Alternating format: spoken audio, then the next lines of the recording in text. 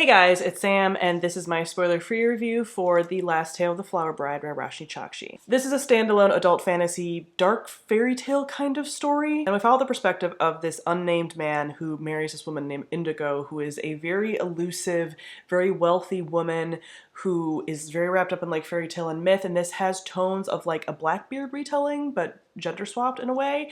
And this man is a scholar of myth and fairy tales and gets like pulled into the myth and fairy tale and folklore of her life. And then a little ways into the story, we also get the perspective of her childhood friend. And then those perspectives kind of meet in the middle, and they are just building the tale of this woman, Indigo. Like, who is she?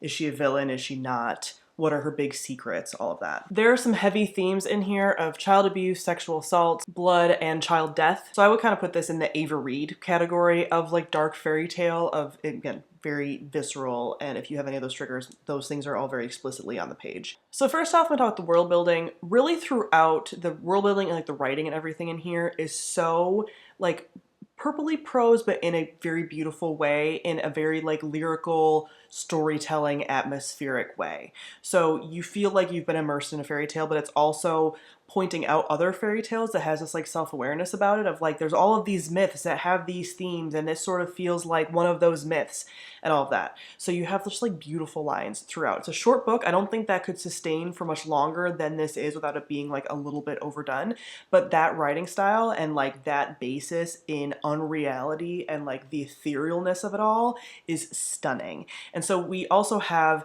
like some places as character feeling a little bit. Like we have the house that Indigo grew up in with her eccentric aunt, and that place is like an alive house. Like people that are in the house feel like the house is like responding to them. It like is a little bit tricksy, it'll do things, whatever. And then they also have this place that they go to that is feeling like a fairy realm, and you're not sure if it is a fairy realm or not, like that her and her childhood friend go to.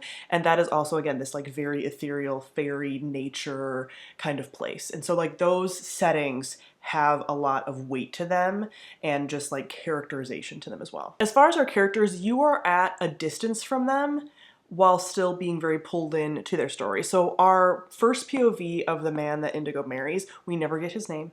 He is just like the, like essentially like he's called the bridegroom. He's essentially the Bluebeard bride of like, maybe doesn't feel like he has a lot of agency, whatever, but like who is this character?